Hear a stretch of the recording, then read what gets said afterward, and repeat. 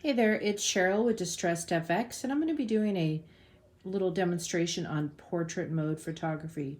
Portrait mode is a setting in your camera area of your Apple iPhone, and it doesn't have to be for portraits of people. It can be still life and anything that has something in the background, because basically what it does is it focuses on the subject and then blurs out the background just a little bit.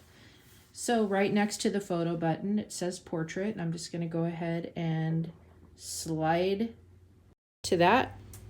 And you're going to see an immediate difference. One, it pulled the subject right up close, and then it gently blurred out the background, giving it just a really nice depth of field.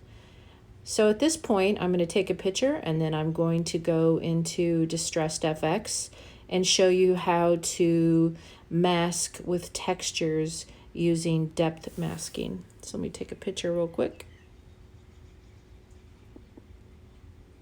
And I'll see you right over in the app. All right, so we're in the Distressed FX app now in the editing area. I'm going to click the camera icon at the top right corner and choose picture and select the picture that I took. So at this point, once I hit done, the app is going to let me know whether this is a candidate for portrait mode masking or not. If you try to import a picture that wasn't in portrait mode, you're not going to get a message, and then when you go into the masking area, the feature will be grayed out. So let's see if it's going to let me do this one. Yep. So there's enough difference between the background and the foreground for the depth masking to work, and it was taken in portrait mode. So I got that little pop-up that let me know it was okay. All right, at this point, I'm going to select a texture, and I'm going to put it in multiply mode so it's really dark. That way you can see immediately the difference that happens once I select the masking feature.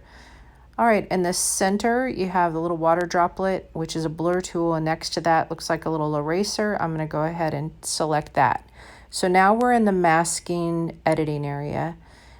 Down at the bottom, you see a little finger. That's where your controls are. And then there's these little sliders at the top that control how big the finger touch eraser is and how much opacity is taken away. You can increase and decrease the opacity there.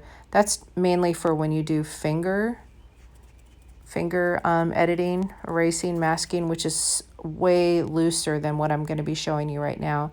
So I'm going to go ahead and hit the trash can and go over to where that little finger is, and at the top you'll see a little box. So what's the difference between this and finger touch erasing? With finger touch erasing, you can be very, very concise of what you want erased.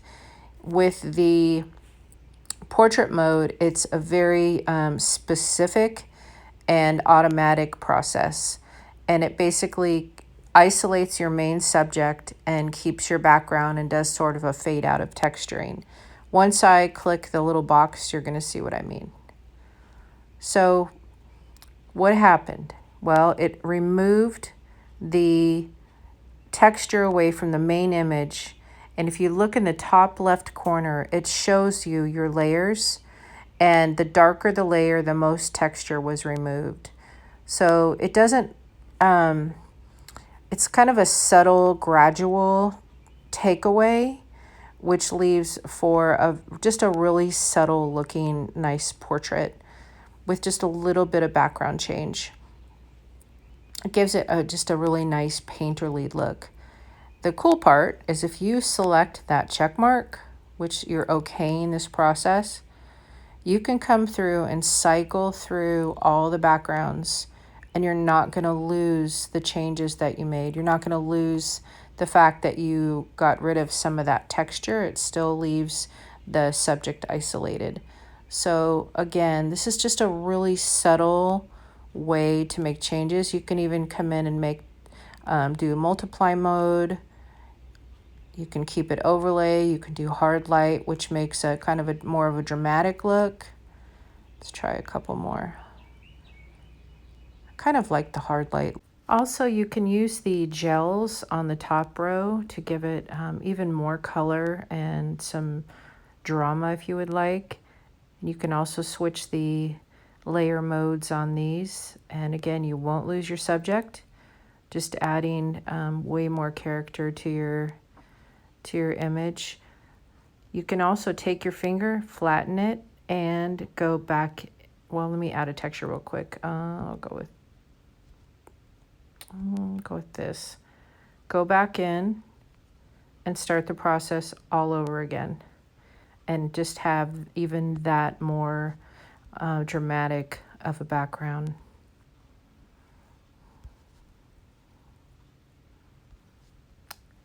Thank you for watching my demonstration. Please subscribe to my channel if you would like future instruction, demos, and little tutorials. Thank you so much.